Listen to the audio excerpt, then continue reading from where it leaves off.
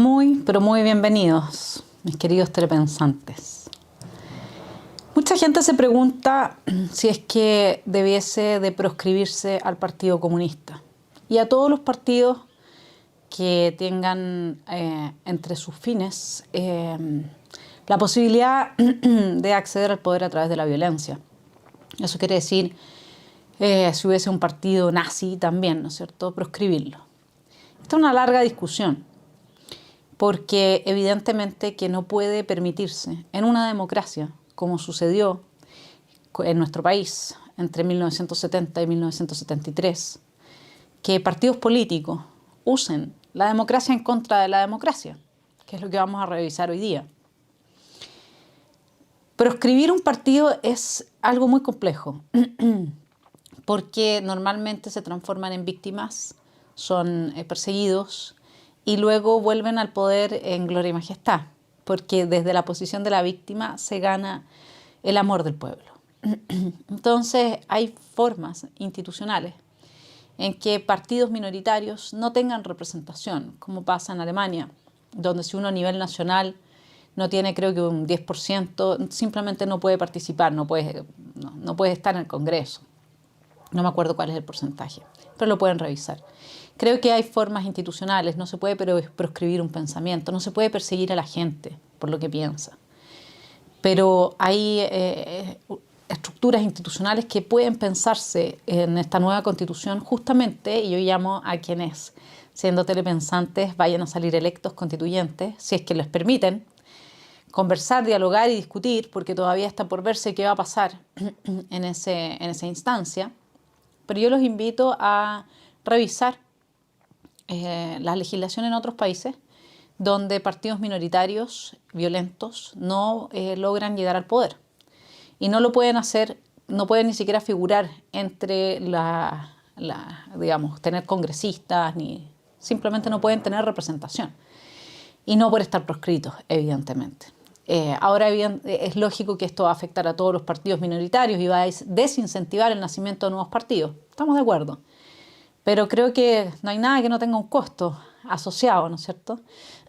Ahora, hay otra arista que nosotros la vamos a ver hoy día en esta revisión que comienza el 21 de mayo de 1972 y termina en julio, ¿no?, del 72. Bueno, lo que vamos a ver hoy día es que siempre los partidos, sean del sector que sea, que promueven la violencia como un medio para obtener los fines, terminan asociados a organizaciones criminales. El caso del Partido Comunista en Chile, más que archiprobado con su relación con la FARC, ¿no es cierto?, y la CAM. Cualquier organización criminal, con independencia de qué tipo de vínculos tenga o qué tipo de actividades tenga fuera del crimen, tiene que ser sancionada con el peso de la ley.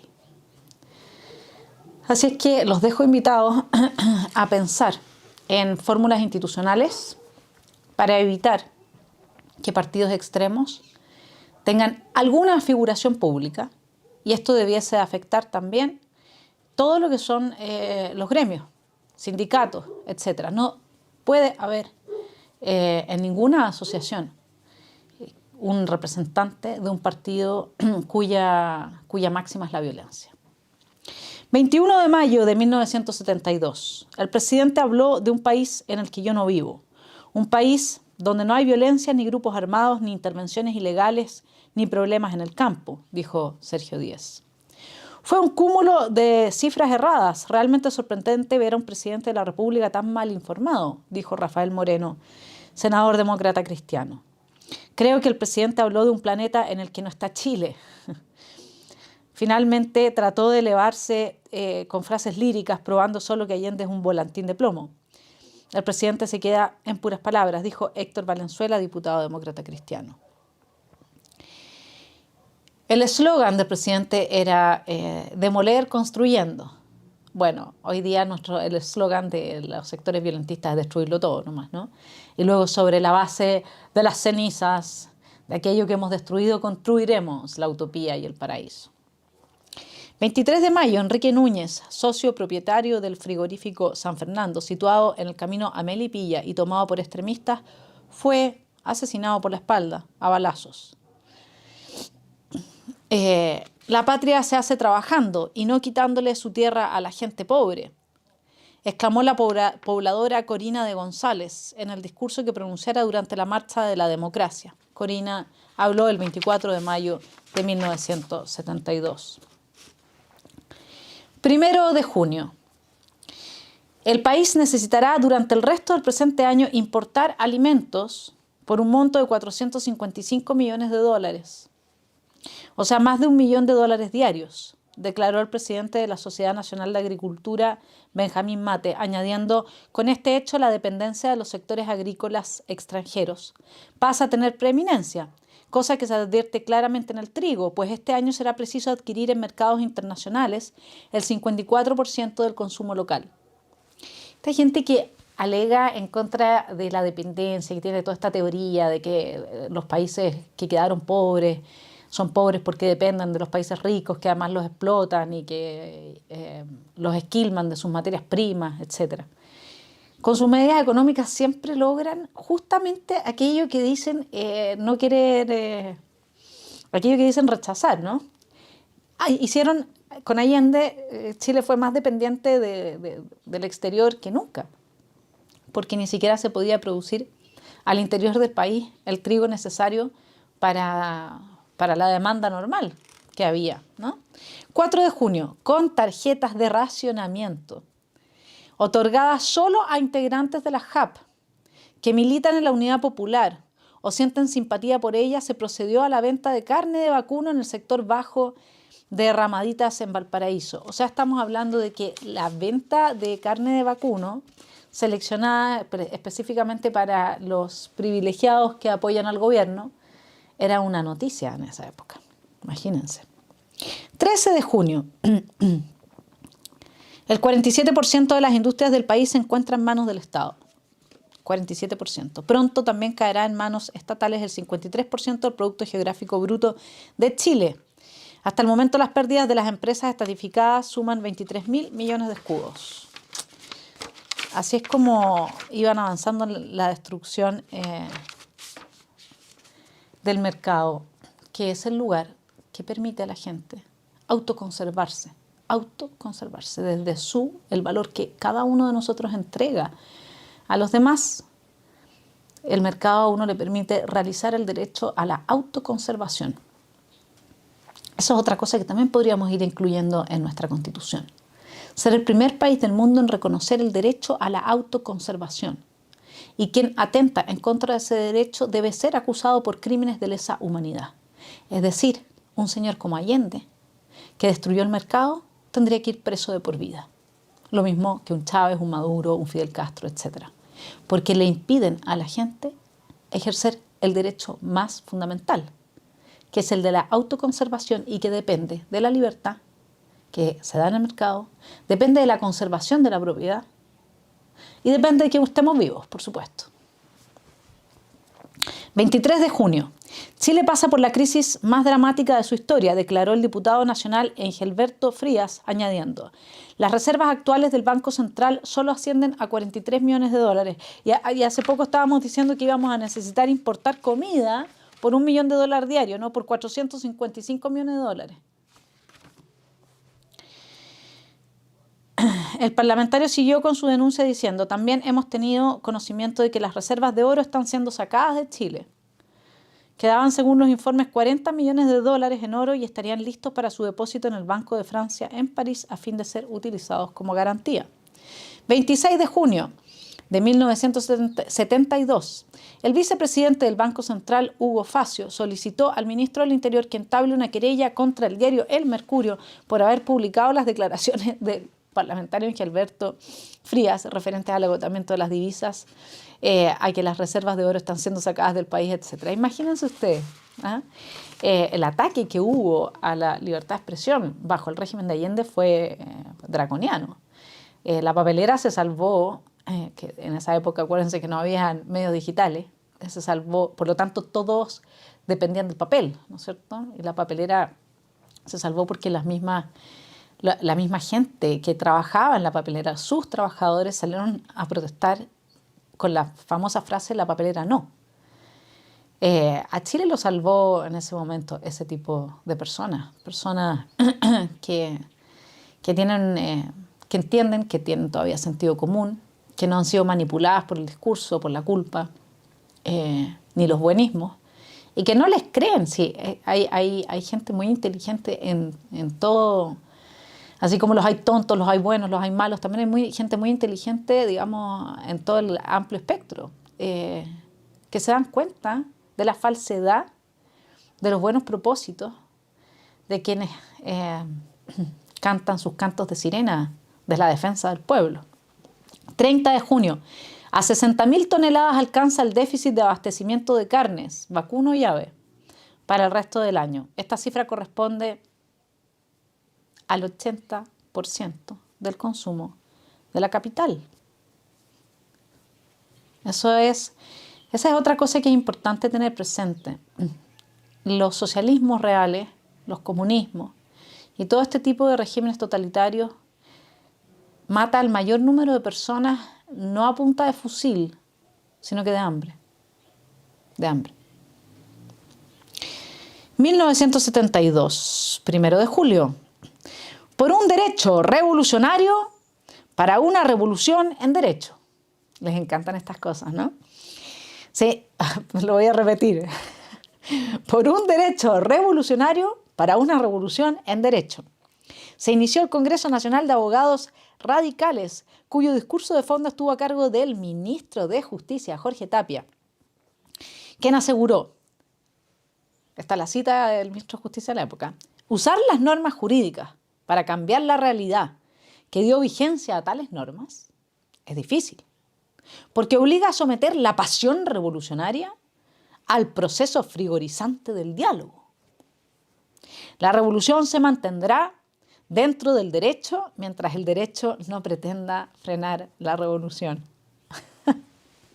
Bueno, esto es como en la discusión de la hoja en blanco, ¿sí? Porque justamente eso es lo que se plantea desde quienes exigían la hoja en blanco. Que tabula rasa con todo lo que había antes, incluso con el mismo diseño institucional para generar la nueva Constitución, porque tenía que ser un experimento de efervescencia de la ciudadanía, del pueblo, y ser espontáneo y surgir de ahí, de forma mágica, las reglas por las cuales se va a ordenar institucionalmente el país. Porque si hay reglas previas, entonces esas reglas previas condicionan al nuevo documento. Y eso es por lo que señores como Atria promueven la hoja en blanco. Y de lo que se trata ahí es justamente cuando estamos hablando de todo lo que son los tratados internacionales que ha firmado Chile. Bueno, evidentemente que no puede haber hoja en blanco.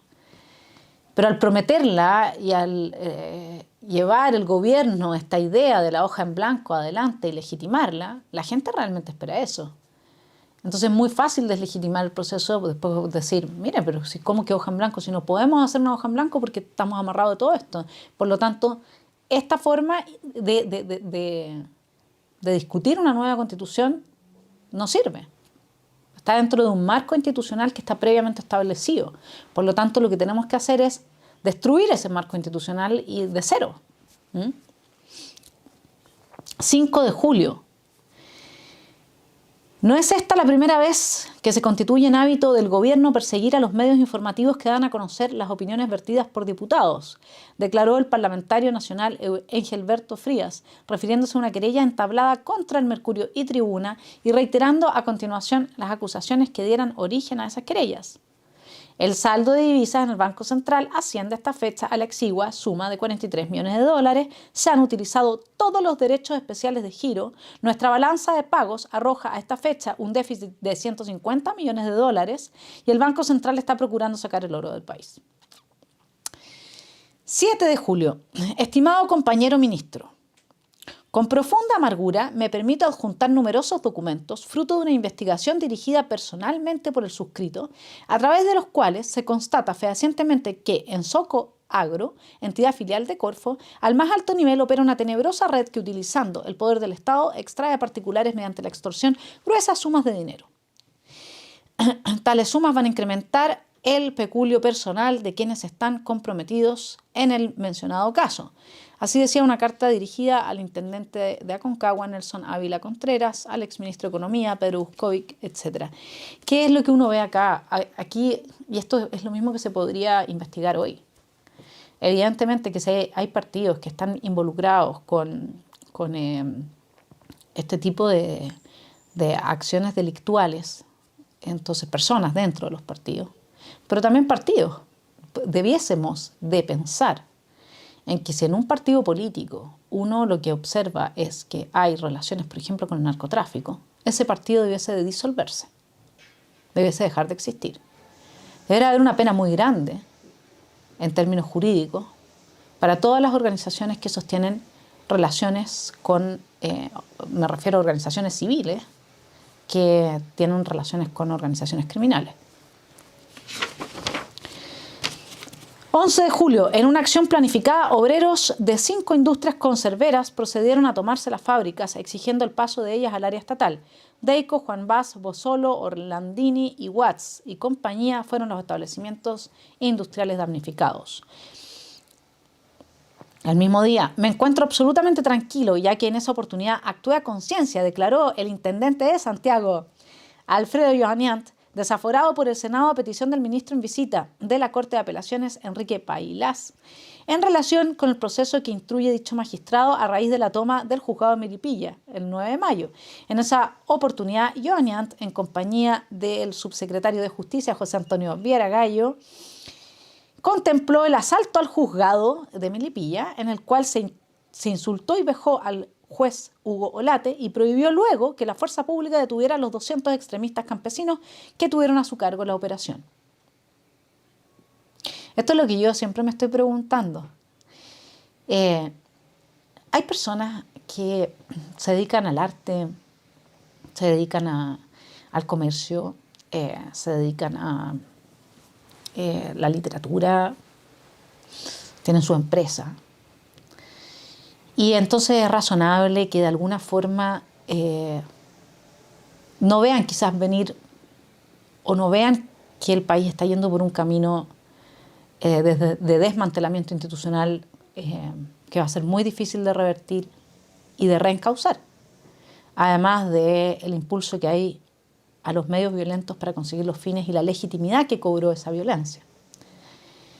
Lo que no deja de llamarme profundamente la atención es que miembros del Poder Judicial actúen en favor de este desmantelamiento y de la destrucción del Chile que tenemos.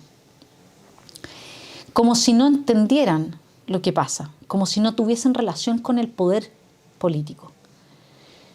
Porque uno entiende que parlamentarios hayan votado a favor del retiro del 10%, siendo gente que no está en contra del sistema de FP.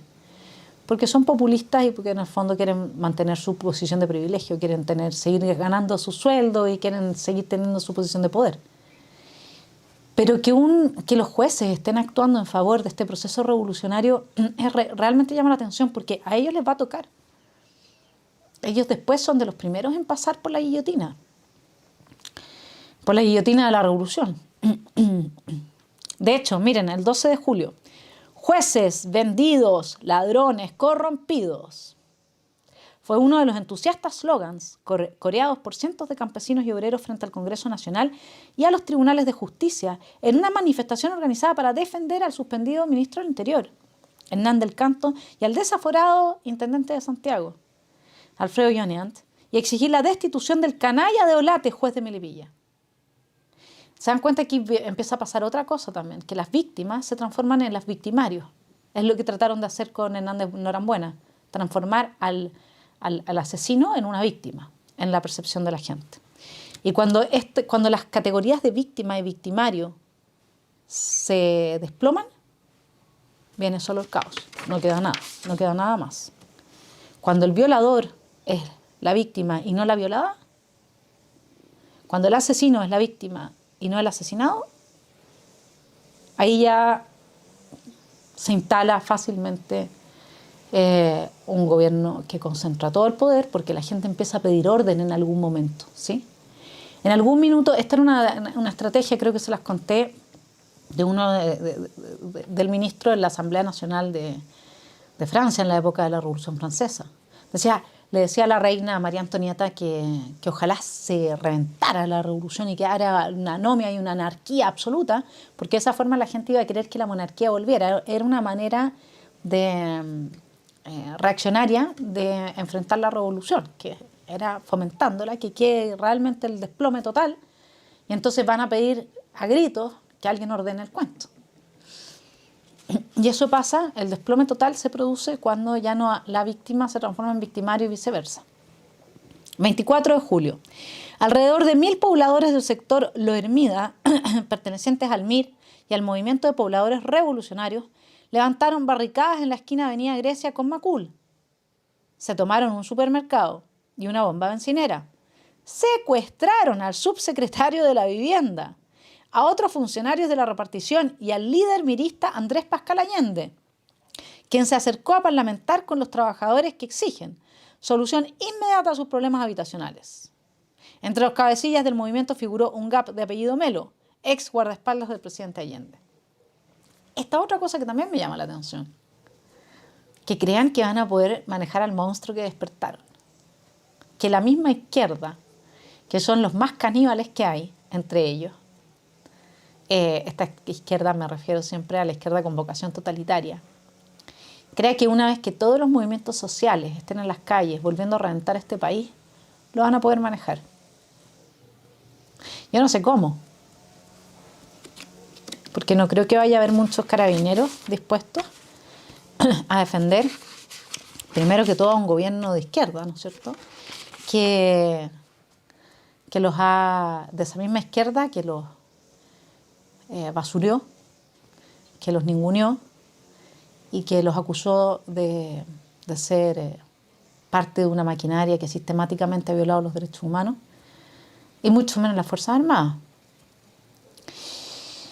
No hay que olvidarse de eso, que cuando no hay justicia, o cuando lo que se hace con quienes imponen el orden y representan a la autoridad es acusarlos de criminales y meterlos presos de por vida, de ahí se diluye el poder que concentra el monopolio de la fuerza. Y eso en parte es lo que estamos viendo hoy día en Chile. Así que hay que tener ojo. Todo eso tiene consecuencias de largo plazo. Y como decía alguien por ahí, en estas cosas siempre opera la ley del péndulo. Un día estamos acá.